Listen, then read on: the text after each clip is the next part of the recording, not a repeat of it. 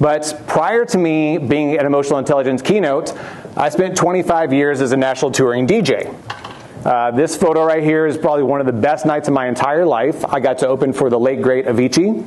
I got to open for artists like Kelly Rowland, Gloria Gaynor. I got to play some massive festivals. And so what I found is that that guy, who this was pre even knowledge of emotional intelligence, was leveraging emotional intelligence every time I played a show.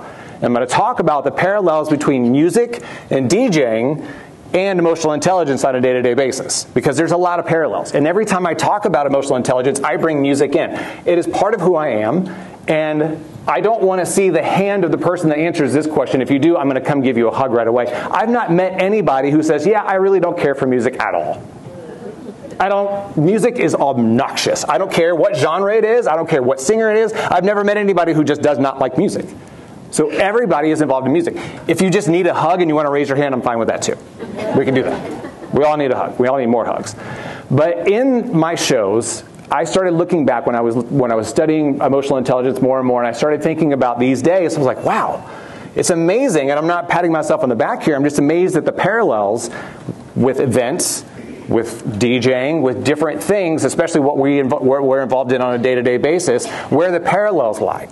So today I'm going to focus on what those parallels are and how we can leverage them for your benefit. So we're going to have some fun, because I can't not talk about music and DJing and emotional intelligence and wear these shoes and this pocket square and not have a good time, right? I even brought some equipment with me to have some fun today. So I know it's early. Hopefully the coffee is as strong as mine was, but I want to make sure that we have a good time today. So we're going to incorporate music throughout. We're going to share some tips and tricks on how you can leverage music for your emotional intelligence. But I want to get you a little warmed up. Right? I see heads nodding. I see smiles.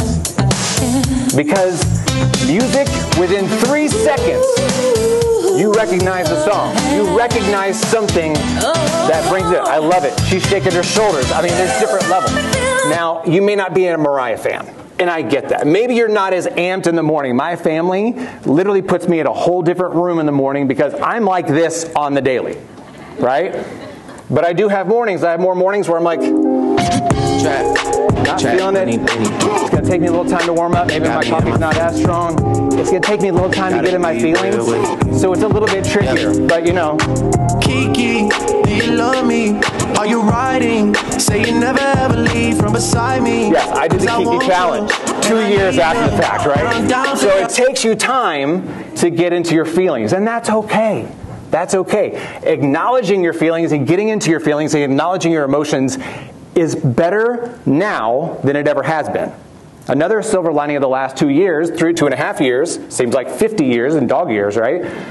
Is that we have paid more attention to self-care. We've paid more attention to our mental health. That's why it's really important that we engage in these things, because emotional intelligence on a daily basis takes us up and down. Sometimes it's a big roller coaster. Anybody have those days? I have. Sometimes it's kind of middle of the road. But if you think about it, an emotion setting in, it's kind of like a song setting in.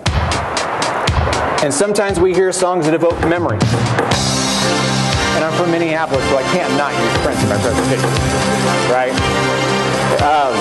But when we hear this song, each of you are probably already thinking about the lyrics. You're thinking about the last time you heard this. You're talking about the last time you were at a party. If you remember, if you're old enough like me to remember New Year's Eve, 1999, what were we doing? We were partying and crying at the same time. We're like, oh my God, this is the last year of humanity. So we're having a good time, right? So we were in our emotions. We were understanding what we were doing in that moment. It is really, really critical that we understand that your emotions can be changed in 2 to 3 seconds, just like they just were. Each and every one of those songs gave you some sort of a feeling. I don't care if it was a blip or immediately you're like, oh my gosh, I haven't heard 1999 since 1999, so it's good to hear it now. But it's important to understand that you have control over those emotions, because you will be impacted every single day within a matter of seconds. Now, it's also important to understand that we have control over these emotions, because how many times have you just been like, oh, this is just the day has just gotten me. We've all been there too. But today is the day that the day quits getting you, because I'm going to give you the power to take back your emotions and your strength and your happiness every single day. Does that sound like a good deal? Okay. So we're going to work on that today. So emotional intelligence, what is it? You know, it gets thrown around a lot as a buzz term. It's something that people talk about, they write about. It's something that's become a big corporate thing.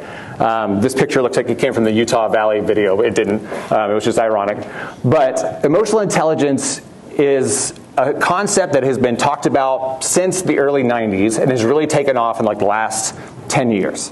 Because people have been paying more attention to their mental health and their self-care. Now, there are numerous schools of thought with emotional intelligence. Some get as deep as like 13 different qualities or 13 different things you think about. I can't count past 10 without taking my shoes off, so I stuck to the core 4. So we're going to talk about the core 4 of emotional intelligence because I want to make things simple. I understand you don't have a whole lot of time in your day. I don't want you to have to memorize a whole bunch of stuff.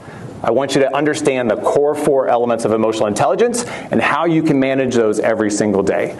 Because with emotional intelligence, it's like dancing, it's like music. Music is built in different pieces. If you hear a song, you hear the drums, you hear the guitar, you hear the bass, you hear the singer. If one of those is out of whack, what happens? You're not going to listen to the song very long. If you go listen to me at karaoke, the song's going to sound really good, singer maybe not so much. Something's going to seem off. So that's what emotional intelligence is having all of those things aligned. I'm going to talk to you about the core 4 elements and how they all work together, but it's really important to understand that you are dancing with yourself and with others every single day.